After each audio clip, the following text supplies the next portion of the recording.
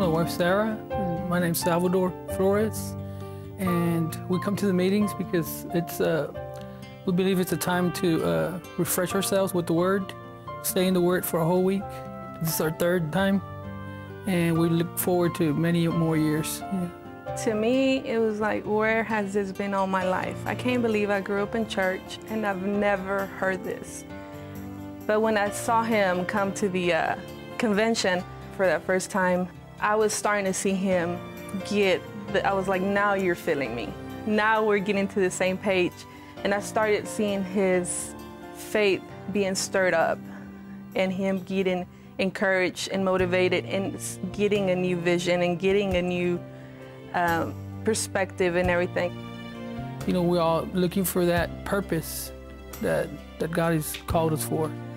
And sometimes, you know, we end up in jobs that God didn't really, you know, lead us there. We just end up there because of my dad did that. He's a bricklayer to this age. He just retired. My grandfather did that. So it's kind of like you just fall into, you know, the family thing. Well, since I was 20, really right after high school, I started to work construction as a bricklayer and done it for over almost 18 years. So I think it was maybe a week after the convention, he said, I'm ready to do this. Let's make this change. And I was like, thank you, Jesus, finally. What we do is we buy used furniture at a low price, maybe furniture that people no longer want or that it's broken, and what we do, we take it, we repair it, and I look up and see the value of it, and we resell it for maybe 3, 4, 5 times what we purchase it. God gives me ideas, you know, as I'm working on something, we'll look at it and say we can do this to it. You know, we can paint it, we can change the handles on it, we can, you know, add something to it. You know, as He gives us the ideas, that's what we do, you know, and it works.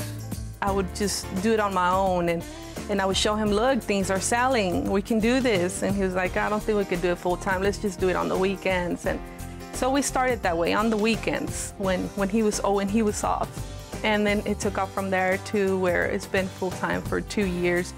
And we've just seen God's blessing to where when he used to work, we never had money to pay the bills on time. We had to go to charities to ask for help with the rent because we never had the money in time, and paying late fees. I mean, it just got bigger and bigger. But as soon as we started this, we've been paying all our bills and our rent a week in advance from the due date. And that's just been a miracle for us. It was not easy that month. It was hard, but I'm so grateful I did take that step of faith. And I was listening to the DVDs, the CDs, to keep my faith growing and stick to that. I mean, and now I'm just as happy as can be. I mean, we work together. In the morning, he takes the kids to school. He stays with them for breakfast. He picks them up from school. We can go and have lunch with them.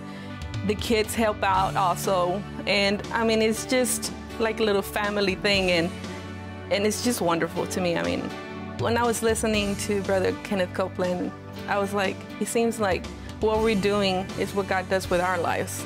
He takes something broken that nobody else wants, that everybody else sees as worthless, and he makes something that's of a lot of value that nobody can recognize that is the same piece. And now every month is a miracle. And we keep a little notebook where we write down everything that we see is the Lord, a miracle. Someone just calls us and say, hey, I have some extra furniture, you want to come and pick it up? Before, I was just trying to survive. And now it's like, I totally depend on Him, God. I totally depend on His provision. You know, I just do what He tells me to do.